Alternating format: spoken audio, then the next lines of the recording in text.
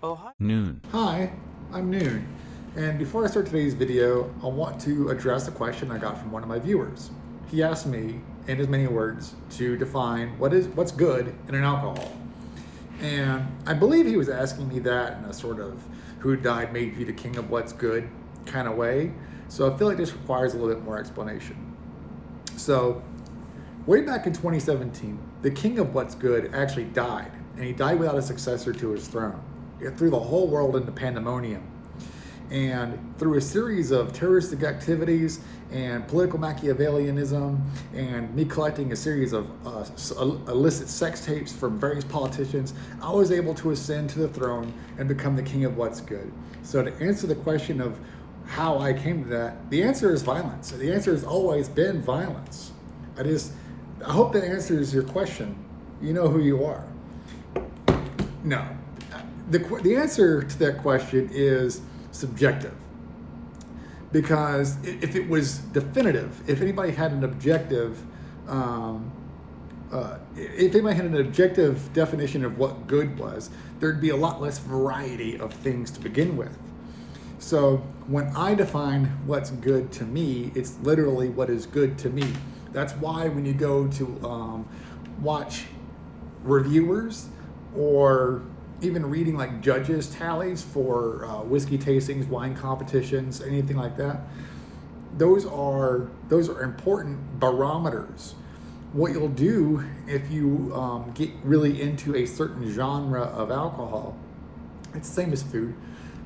You would find judges or reviewers or people of that nature, and when they review something and you've already tried it, if your tasting profile for Jack Daniels, just regular old off-the-shelf Jack Daniels, is the same as this guy, and you both agree that it's the best whiskey under $40 or whatever, then chances are pretty good that you have a similar palate and you can follow him and take notes on things that he likes and doesn't like, so you'll have an idea of what you may enjoy or not enjoy. It's that easy.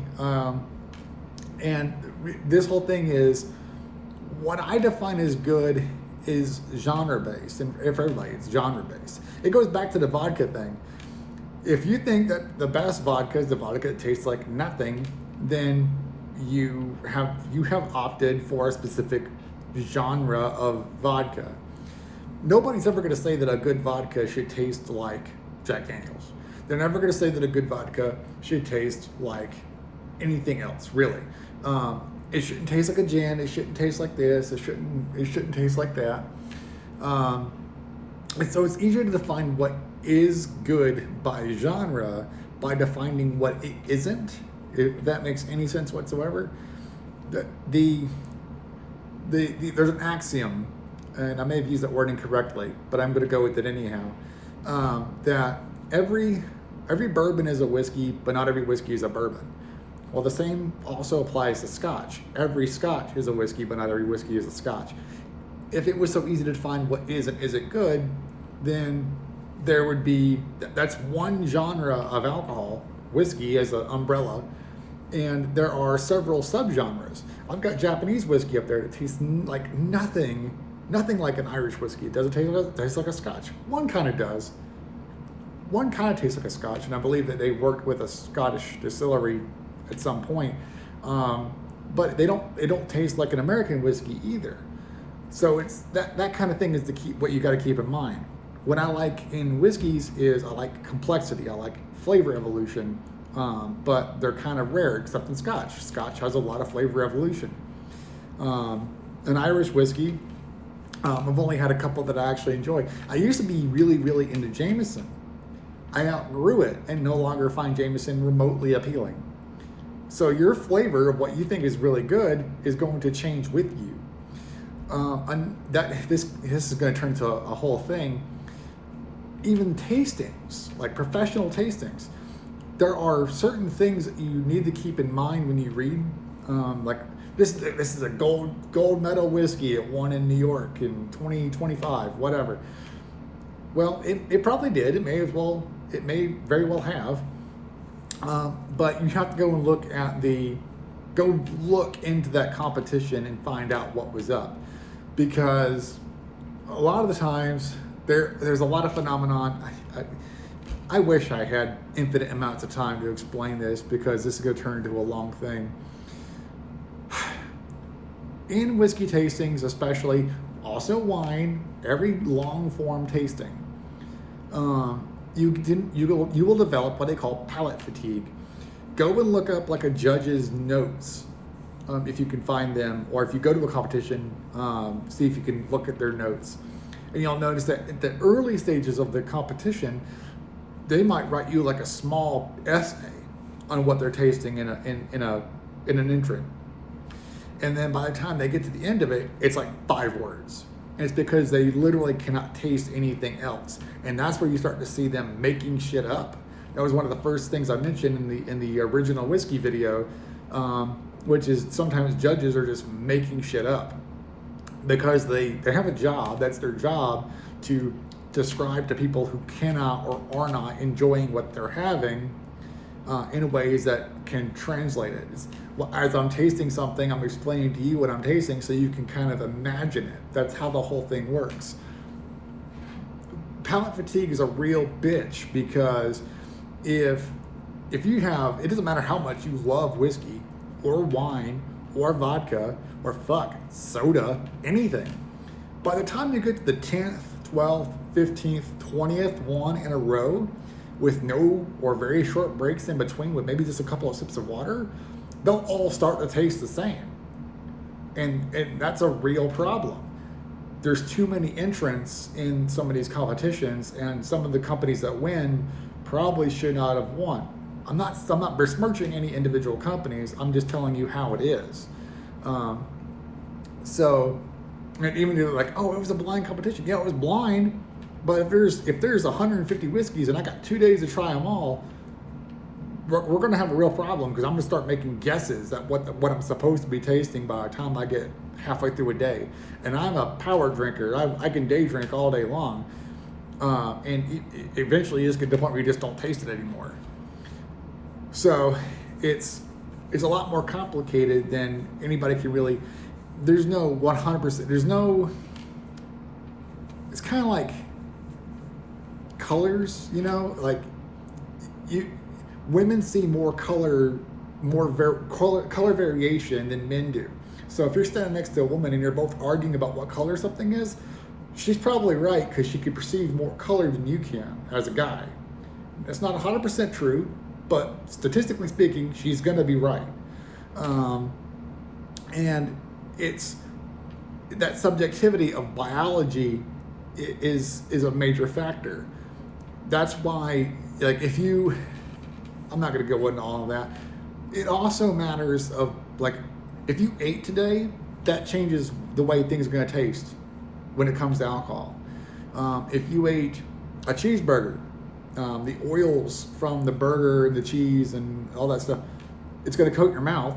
And unless you immediately go brush your teeth, that's going to change how the whiskey and everything tastes. You brushing your teeth is going to change the way the whiskey and everything tastes. So you might love something one day, and then the next day it's kind of mid. It's just it's complex. It's a whole thing. Now, my personal definition of what qualifies as good is usually just complexity, because I like to play with flavor compounds, and I like to kind of ride things out. Not everybody likes that. That's perfectly fine. Matter of fact, Mellow corn, which is what I'm reviewing today, has a cult following, rave reviews. People love it. And then I went and looked at some of the reviews. I actually wanted to go see what some of these rave reviews are saying, and most of them say that it's kind of one note, that it's not very complex, and that's what they like about it, is that it's not trying to be something. It's not trying too hard. And that's going to feed into the other thing I actually wanted to talk about originally. We're 10 minutes in and I haven't even opened the bottle yet. We're in trouble here, folks. So, and I flashed a gun, so YouTube's really going to fucking hate that. Oh well, I guess. So, there is currently ongoing a discussion about what is America's true spirit. Like a lot of folks are, the main debate is between rye whiskey and corn whiskey. And I'm going to put my biases on the table. I love rye whiskey. High ryes, double ryes, and all, like this rye whiskey in general. It's complex, it's spicy, it hits the palate just right. I love it. But I'm going to be honest, corn whiskey is more of a true American whiskey than rye is, because even though rye whiskey was like the thing to have in like the colonial period and it kind of fueled the revolution and all that fun stuff, corn whiskey, we're using American ingredients. Like corn comes from the Americas, and distillation practices that European settlers brought with us. It's the ultimate in it's the ultimate in American spirits. So even though I love rye whiskey and would love for rye whiskey to be considered the ultimate in American spirits, corn whiskey is like, if you're from the Appalachians, if you've ever been there, or even if you just watched a movie once in your life, you know what moonshine is. Moonshine, 9 times out of 10, was corn whiskey. And it was unaged and it was rough and everything else. But that's the spirit of America, was in the rebellion of making the corn whiskey at all. So even though I love the rye, this is the American spirit. And we're going to go ahead and get into the review now because of, fuck me, 12 minutes. So, again, if you were watching yesterday, you saw that I commented on how vintage this label looks, and I will never not love that. It looks almost like a bottle of solvent you would pick up at like Tractor Supply or something. I love that it's, the only thing they may have done, it looks like they may have added like Technicolor at some point to the corn, because it looks very pixelated. I enjoy that. I enjoy that whole thing. 1945 is the last time this label was altered, and the current ownership of the company is Heaven Hill. They have commented and said that they have no intention of changing this label anytime soon, and I hope that never changes, because of, one, if I do love this, it's the easiest bottle in the world to spot on the shelf, because everyone else kind of goes towards like blacks and browns and silvers and golds, and they're just like, bam, this looks like an energy drink almost.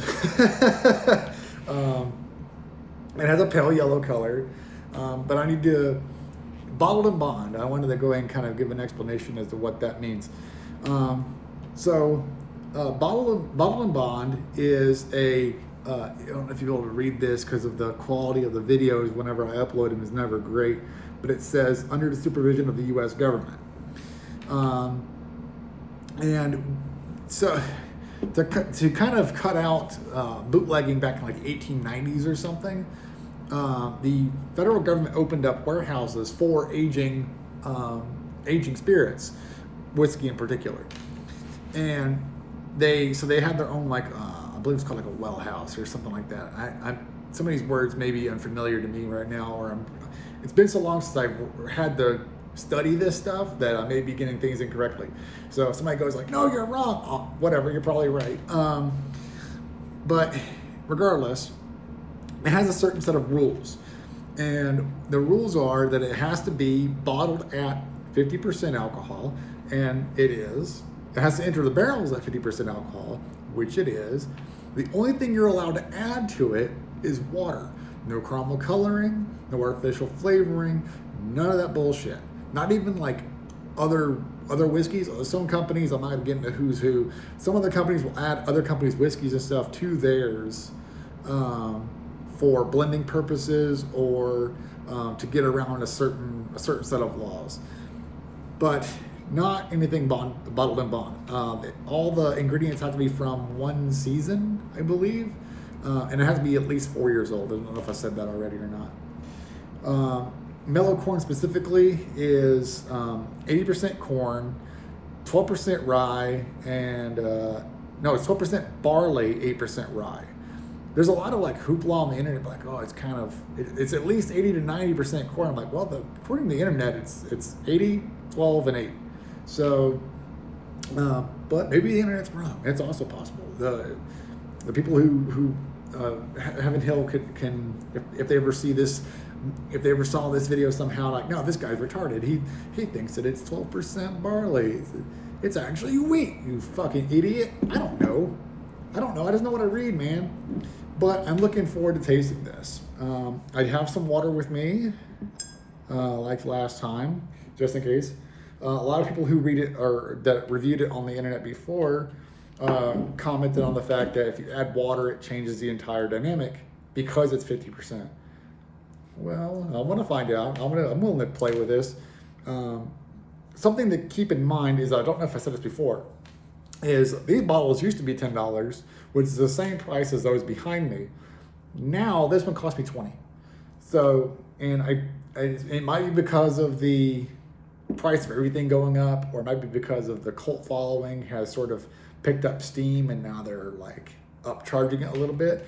So if I review this and it sounds like something you might enjoy, you should probably go pick up a bottle sooner rather than later before it goes up in price again, because it's doubled in 4 years. It was $10, according to what I saw on the internet. It was $10 to $12 4 years ago, and now it's 20. I think this was 21 after tax. Without fucking around any further, it's very basic.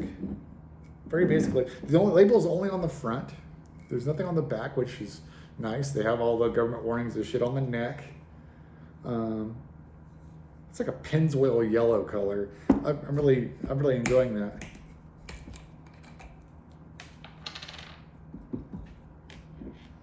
Give it a whiff from the neck. Well, it's very sweet smelling. I can't really. The ethanol is certainly there. It's 50% to be sure. And I'm going to go a little heavier on this pour because I just got off work. And the reviews are so good that I believe I'll enjoy this. Now, I also need to say this. There's some people who think that Mellow corn is a bourbon. It is not, because bourbon is by definition only stored in charred, unused barrels. Charred, unused American oak, blah, blah, blah. Mellow corn is stored in used bourbon barrels. So it's by definition, it's not a bourbon, but it does touch bourbon barrels. There's it's like a piss yellow color. It's very nice.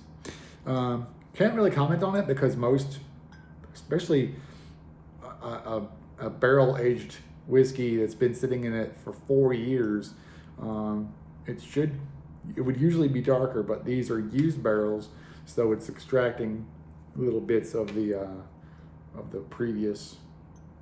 previously occupied bourbon from the wood.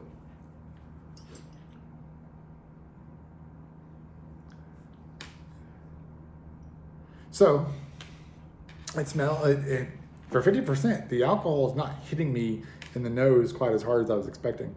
Smell, it's got an apple note right off the bat, like a Fuji apple, something juicy like that, and it has a strong sweetness, not quite honey, because of honey has that sort of earthen tone to it. No, this is more like a candy, like a one of those. What do they call it? Remember those like caramels with the vanilla cream in the middle of them? Kind of smells like that. And I know it's a whiskey, so it's going to have the vanilla notes, but I'm giving you what I'm picking up here. Toffee. Yeah, definitely toffee, or like a butterscotch. There's not a whole lot of complexity on the nose, but God, it smells really good. Like, it's not complex, but it does smell really, really good. All right, we're going in for a small.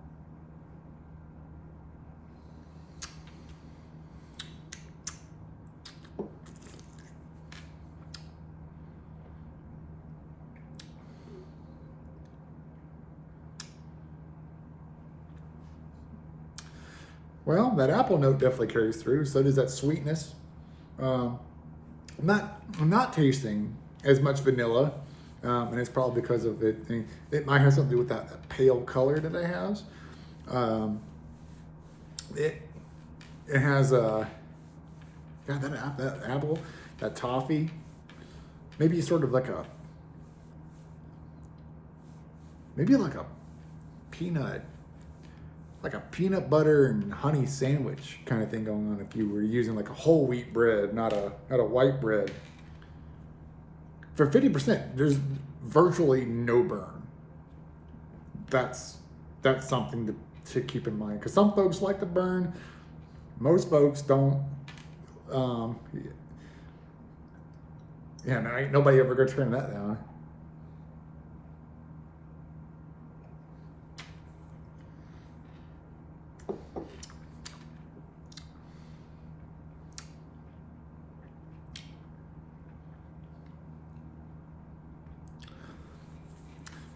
Peanut brittle, like a crispy peanut brittle, not like not like a thick one you might get like from a super, like one of those really thin ones you get from one of those like vintage supermarkets. You know what I'm talking about?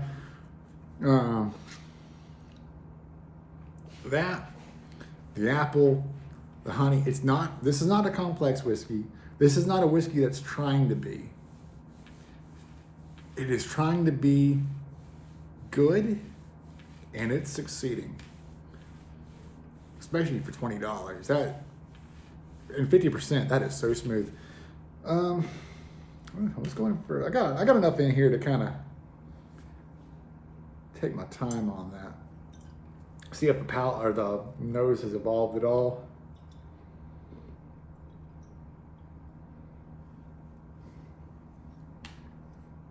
Sort of like a cedar, or like fresh straw. Again, it's not terribly complex, and it's all bright notes. There's no like, at least I can't detect any personally. I'm not picking up any tobacco or leather or smoke. Smoke would be more of a Scotch thing, but occasionally you find it in others. It's simple, and sometimes that's good enough.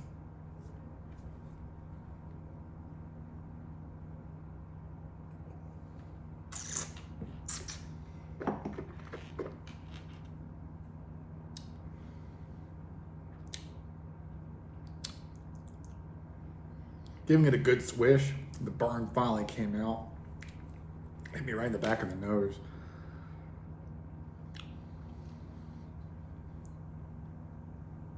I can't identify what that flavor note would be. It's herbal, flowery, but not complex. It's not like a. It's not simple. It's somewhere. It's not like lavender or rose or any of the like sort of traditional ones. It's more like dandelion tea, which if you're from the South, you've probably had, and it's got a little bit of a bitterness to it on that note that comes with it. That's what makes me think of the dandelion tea, because dandelion root especially is it's very bitter, and I like that. Let's go. Well, I'm not going to use that because they hit the floor. So we're going to play a little bit of alchemy here, and we're going to free pour just a little bit of water in there, and hopefully I don't fuck this up. And how much water should you add to the whiskey? That's entirely on you. I don't know if I addressed this before, but some folks will add like a little, like literally just a drop, and some folks will dilute it to about 20%. And it's Whiskey Tribe is a channel I really like, even though they're kind of goofballs. That's why everybody likes them. They have a slogan or a quote or a catchphrase, whatever you want to call it. And the way they usually in their videos is the best whiskey in the world is the whiskey you like to drink the way you like to drink it. So it's your drink, and if you want to do certain things to it, I cannot stop you, nor would I ever. So you'll just have to accept that I am in a similar way here. Should be enough for me. Give it a little mixy. And the reason you would add water to whiskey is because it helps tamp down the ethanol, and sometimes that tamping that down will inhibit it from carrying certain flavor profiles clear through. And so you'll taste things that you may not have tasted before. You may smell things you didn't smell before, which is why I'm going to start my process over.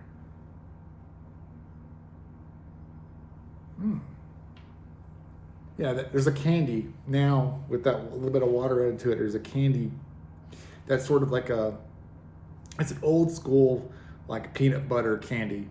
And I think it's a combination of the earlier toffee notes and the peanut brittle notes and stuff.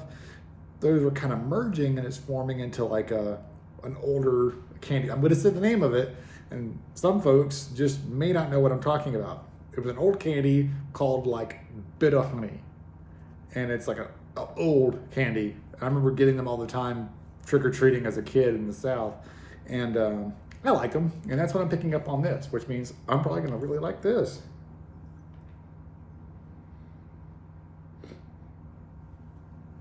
Yeah, a lot of the notes on the internet, people are saying things like caramel corn and it smells like corn and it tastes like corn and it tastes like sweet corn. And I'm not really picking up corn specifically. So maybe our palates are just that different.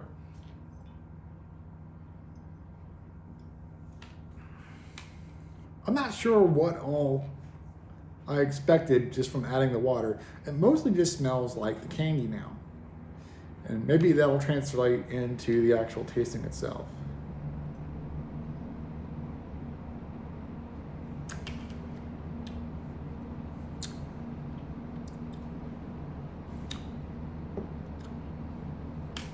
It does. It's the same kind of sweet candy-like blending of peanut butter and caramel. It's so soft and so approachable that the only way I could think of, if I had some soda water, I would make a whiskey soda.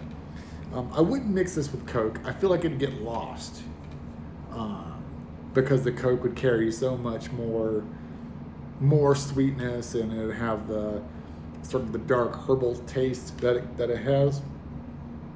And I feel like it would wash this out. But plain soda water would probably be the play here. I don't know what else I would want to. Cocktail wise, it would fit in just fine. This is almost as lacking in complexity as the fake whiskey over here that's actually 80% vodka. But this has the added benefit of being available to anybody at the store. It's 4 years old, and it is truly an American whiskey in that all the ingredients are American, all the production is American. There's no adultery, no 80% vodka here. It's bottled in bond, so it has to be, monitored by the government, supervised. The color is not very appealing, but that's not why we're here. It almost looks like if you carbonated this, if you made a soda or a whiskey soda with this, it would probably look somewhat like champagne, to be honest. Especially if you were able to do it. There's a bunch of experiments I want to do. Can you imagine making like a nitro soda water and then adding it to this? I think that would do a lot. I think that would do something very incredible with this. I want to buy one of those nitro things that people use to make whipped cream. I saw somebody on the internet, here on YouTube, using it to make cocktails. They were like forcibly nitroing various things, and Not only does it really sound like fun, I bet it would really elevate something like this because it would carry more of those flavored compounds with the bubbles, and it'd probably increase the sweetness because if you add regular soda water, the carbonic acid adds a bitter note or sour note that interacts with things, and the bubbles in carbonation are a lot larger than they are with nitro. But this isn't a science channel. You can go and look all that up if you don't believe me.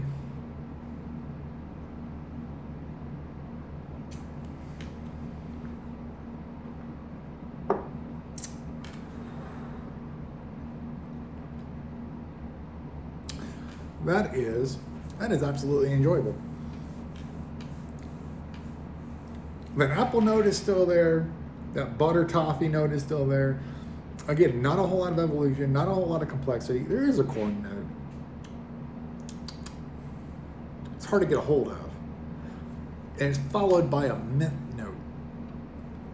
And this is not like the menthol thing from the gin. This is, or was it the gin? I want to say it was the gin that had the menthol note. This isn't like that. This is actually like a mint, like a herbal mint note.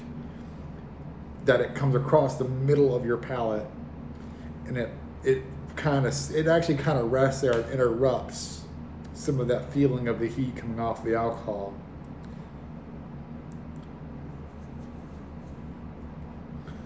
It also doesn't have a super syrupy mouthfeel, which that's a subjective thing, and maybe it's because I'm maybe more hydrated today than I was yesterday.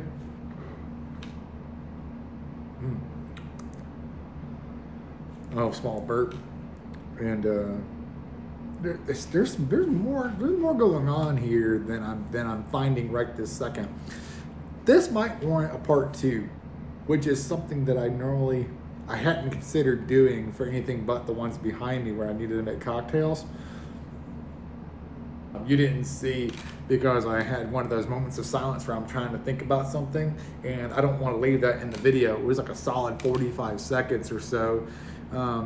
But I'm going to end up in this video here. I think what I was getting at before my brain just walked away was that I want to try this again after I've eaten something or with food, because I'm trying to imagine what this would taste like in a different setting. But as I'm sitting right here right now, after work and everything else, the only thing I could think of is that this is so light, so tasty, and so damn cheap and available. Well, I went to Total Wine to buy this bottle. They had two facings of it, and it was like 8 bottles deep, which means that there is no risk of me ever going to Total Wine and not being able to get it. So I can basically drink this shit all day and never have to worry about running out. And $20, that's a lot of drinking for very little money. What I want to do next, I think next I'm going to jump into a different genre. I don't want to just do a bunch of whiskeys back to back because that develops a sort of a pattern. I'm going to float 2 ideas, and I want anybody who has made it this far to tell me what they would like to see next. I'm going to grab these 2 right here. Yes. Now, full disclosure, one of these bottles has been opened and the other one hasn't. So to be fair, I'm going to start with the one who hasn't. We just did I did a rant about vodka for like 2 days in a row. 3 days? Does today's technically count as a rant? We'll see. In any case, this is Mellow